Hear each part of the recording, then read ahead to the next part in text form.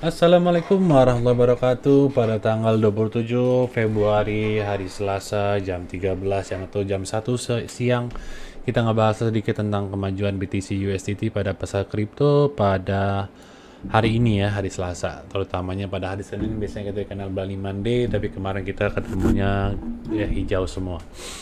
Nggak masalah, kita sudah melewati area high time frame supply. Ini kita lihat di daily jangka panjang nih ya. Kita lihat di sini ada area support di area 25, di mana pertama kali dia mulai bull run di sini. Saat orang-orang banyak yang tidak percaya, di sini support, area support dia akhirnya bull run, berangkat ya harga. Terus tertahan di area di 48, akhirnya pullback masuk ke one day gap. Dia terkena di sini, melakukan pergerakannya lagi, terbang ke atas sini, melakukan sideways sedikit, akhirnya terbang lanjut lagi. Ini berarti leg pertama, ini leg pertama, leg kedua, dan ini leg kelima. Atau misalkan last leg sebelum dia melakukan pergerakan terakhir ya. Terakhir sebelum dia melakukan sideways atau pullback yang lebih serius pada time frame daily-nya. Yang akan melakukan pergerakannya kurang lebih seperti 48 seperti ini. Kemarin juga diharapkan harga sideways BTC, namun harga altcoin juga masih dalam keadaan merah. Biasanya kita harapkan BTC sideways, harga altcoin melakukan pergerakan yang cukup tinggi.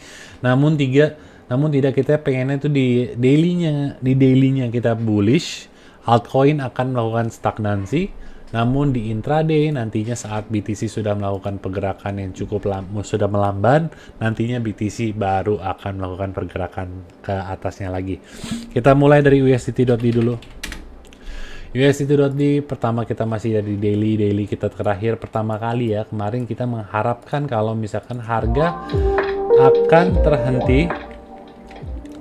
terhenti di SR flip atau enggak kena resistance di sini. Ternyata yang terjadi adalah ini historicalnya. Di sini ada area support ditembus oleh USDT ya. Harga melakukan retest ke atas. Ini sudah menjadi area resistance. Harga ke bawah lagi, kembali lagi ke atas, tertahan oleh area resistance, masuk lagi ke area support, ditahan lagi, dia pergi ke area resistance dan harga sudah tutup lebih rendah daripada level ini. Dan harga tembus ke bawah sini, ini adalah area level neckline pada time frame 1 hour. Time frame 1 hour di sini. 1 kali, 2 kali, 3 kali, 4 kali tertahan oleh support yang ada di sini. Harga tidak berhasil tertahan, akhirnya pergi ke bawah dan harga mulai turun. Di sini ada equal high, dua tertinggi yang sama, lalu ditembus melakukan, jadi disebutnya adalah bull trap. Ya, bull trap. Di saat harga sudah terlihat sudah mulai membaik pada suatu aset, harga dilihat sudah mulai membaik, namun harga terus melanjutkan pergerakan utamanya. Utamanya pada USDT.D apabila kita lihat time frame yang lebih besar, kita ada di pola downtrend. Di 1 hour-nya hanya melakukan pergerakan namanya bull trap. Seperti ini yang terjadi, harga melanjutkan pergerakan ke bawah. Dan kalau dilihat video sebelum masih awal-awal sejak pertama kali calling harga turun di 13 September, ini sudah ada perputaran bentuk dari naiknya USDT.D, maka akan awas terhadap akan adanya pergerakan seperti ini. Harga retest ke area high time frame supply ya. Kita akan suatu saat melakukan pengetesan seperti itu lagi. Area high time frame supply yang belum di retest adalah level ini untuk sekarang. Oke, one day OB apakah ada? Ya, ada di sini.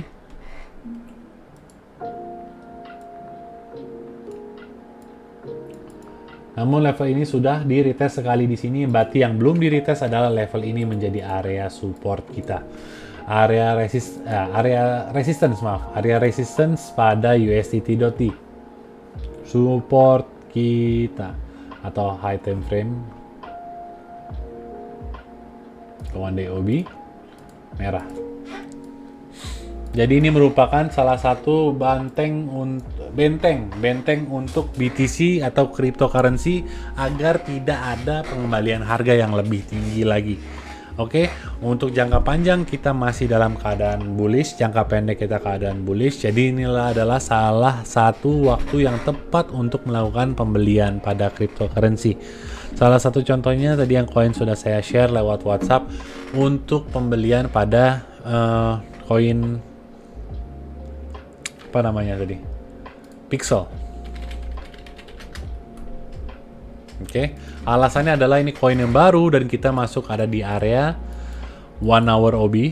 Kita masuk ke 1 hour OB. Apa yang terjadi? Di sini ada area historical resistance yang sudah ditembus, sekarang sudah menjadi area support dan harga menembus ke atas seperti ini. Menembus di area sana dan di sini ada area support terakhir, support baru dan dia tertahan sangat baik di situ. Jadi ini adalah salah satu tanda sudah penguatan, apalagi BTC-nya sudah running seperti itu. Jadi kalau misalkan punya BTC, congratulations. Kalau misalkan pengen cari mulai potensial harga running yang sangat cukup besar, kemungkinan Pixel USDT adalah salah satu yang akan jalannya seperti Wild kemarin. Karena apa? Ini adalah koin yang baru, ya. Koin yang baru kemungkinan besar akan jauh lebih tinggi kemungkinannya untuk naik berkali-kali lipat daripada yang sudah lama. Karena apa? Kita punya historical resistancy yang sangat banyak.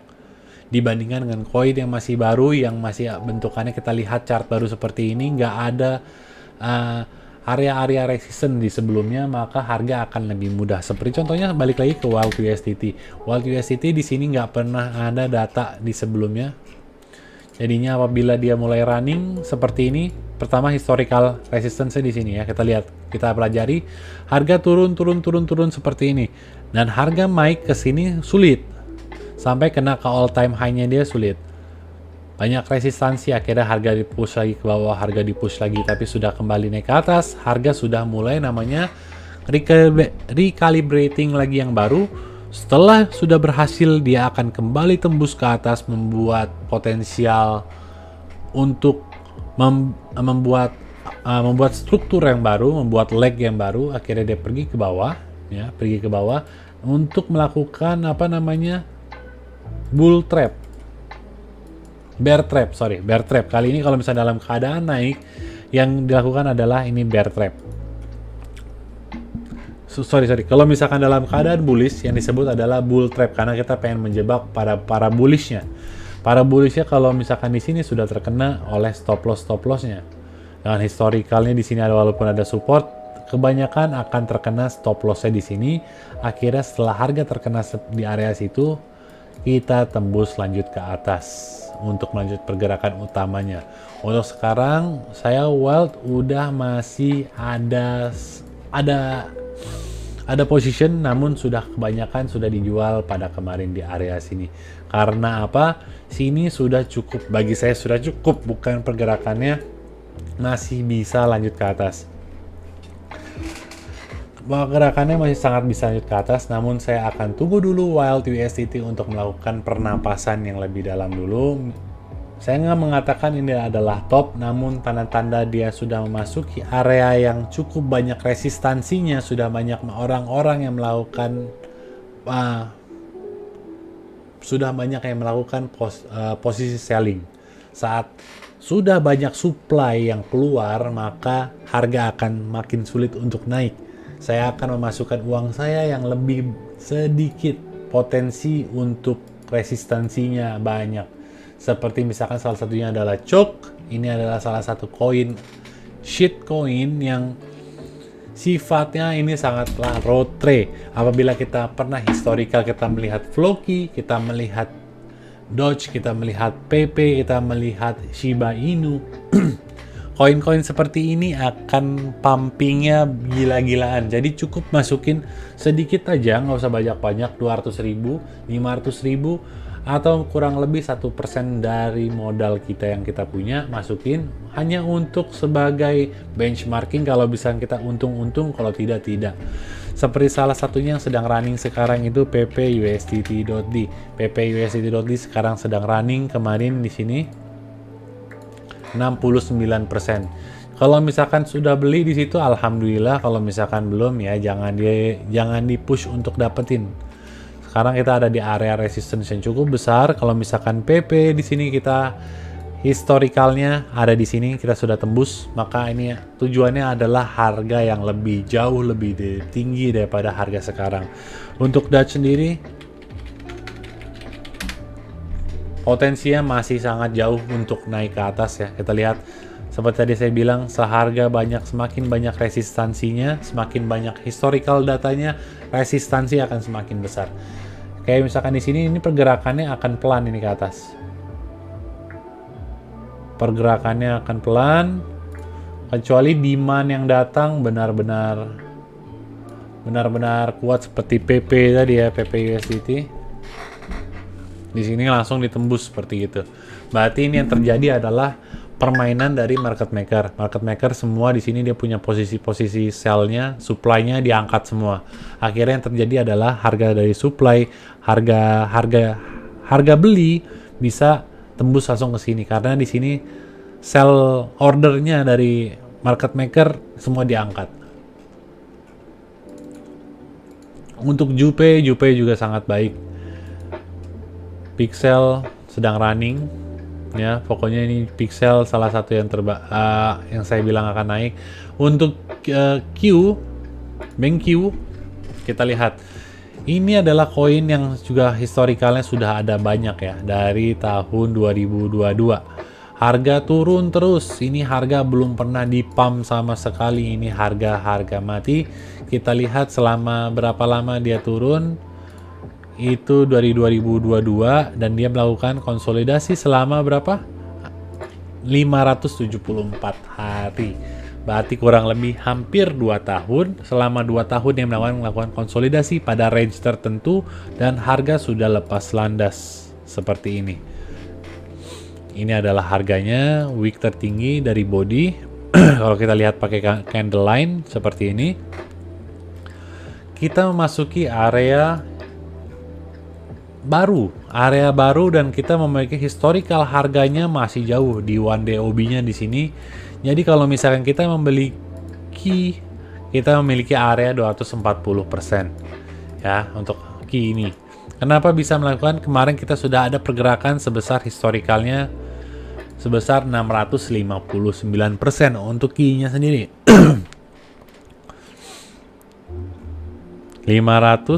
90% kurang lebih 600 lagi, kita sebutkan 700 tuh. 700. Berarti 8 kali lipat dia melakukan pergerakan uptrend, melakukan correction cukup lama. Correction sebesar 48 hari. Akhirnya di sini sudah mulai ada pergerakan sideways-nya, sideways yang menentukan harga pergerakan harga. Maka dari situ Wild USDT akan kemungkinan melakukan pergerakan yang sama setelah dia melakukan pull ke atas. Dia melakukan correction dulu sebesar kurang lebih berapa minggu, 2 minggu, 1 minggu, 2 minggu sebelum dia melakukan penggeраkan utamanya lagi ke atas. Maka dari itu kalau misalnya harganya kembali ke bawah, saya akan tarik lagi untuk membeli. Namun kalau nggak ada, saya cuman pakai yang masih saya pegang aja untuk saya pegang terus-terusan. Yang saya masih pegang adalah sepertiga dari modal utama, saya beli di $2. Ininya di sini nggak ada masalah. Kalau misalkan dia turun lagi sampai 6 atau dia turun lagi sampai ke berapa? Sampai ke $4 pun nggak akan ada masalah. Karena saya sudah menerima kalau misalkan harga turun ke sana pun saya masih dalam keadaan profit di Wild. Ya. Jadi jangan ngejar-ngejar yang masih running kayak begini. Kita lihat aja apa yang masih baru dan kemungkinan potensinya di bull run kali ini akan membuahkan hasil yang cukup besar. Ini kita melihat ada Ocean salah satu untuk fundamentalnya ada di bagian infrastruktur internet Web3 ya. Jadi ini salah satu yang cukup penting kalau menurut saya fundamentalnya yang akan dilihat oleh orang-orang. Oke. Untuk kali ini AI, API 3 atau Web3 dan juga beberapa role apps atau misalkan pembentukan application secara API 3 atau misalkan menggunakan juga Web3 di pasar internasional. Cryptocurrency utamanya adalah menggunakan lebih mudah pembuatan aplikasi, yaitu menggunakan role app. Jadinya dua hal yang akan booming adalah AI dan juga adalah tadi apa saya bilang Web3 yang akan koin-koin yang cukup penting akan naik ya. Di luar juga koin-koin gaming itu pasti akan selalu ada setiap tahunnya, setiap bulan pasti akan ada koin gaming yang akan booming. Untuk kali ini ada Mafia USDT. Kalau misalkan kita lihat juga ini dibentuk di menggunakan teknik dengan menggunakan namanya Ronin. Roninnya adalah suatu global hub yang membentuk satu koin ini bisa digunakan beratus-ratus game. Kita sudah lihat adanya banyaknya sekarang gaming menjadi salah satu job, apalagi di mana dunia virtual sudah semakin dijemput oleh para konsumer secara terbuka, maka penggunaan game juga menggunakan virtual currency akan semakin dibutuhkan nanti ke depannya. Yang masih kita tunggu-tunggu hanyalah satu, yaitu adalah sambutan dari Elon Musk bahwanya di X atau Twitter, dulunya Twitter sekarang X, akan membentukkan marketplace-nya bisa menjual belikan NFT, dan salah satu bentukan pembayarannya adalah Dutch atau Shiba Inu atau Peps atau BTC sekalipun, maka tapi itu tinggal tunggu waktu aja karena NFT-nya sudah bisa diperjualbelikan di Twitter, namun bentuk pembayarannya masih dalam bentuk USDT. Atau kita beli badge aja kan di Twitter sudah bisa. Namun pembayarannya masih belum bisa dalam bentuk cryptocurrency. Kita tinggal tunggu aja waktunya kapan, kalau misalkan dia sudah menyebutkan, karena kita pernah sering lihat sebelum-sebelumnya Elon Musk dia advokat untuk Dutch, dia suka sesuatu yang bentuknya meme. Kita lihat arahnya kemana, kemungkinan besar yang akan dipakai adalah Dutch. Tetap itu fundamentalnya untuk Dutch, kenapa kita bisa pakai, kenapa kita investasi di Dutch. Untuk selebihnya nggak ada kegunaannya Dutch selain kita berharap spekulasi pada satu orang. Kalau misalkan yang lain-lainnya masih ada use case, masih ada fundamental yang berguna, masih banyak yang lain.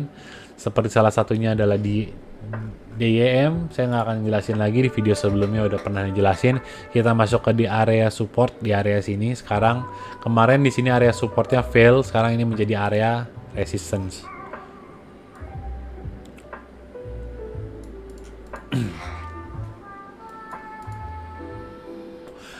Ini perlu ditembus ini sekarang.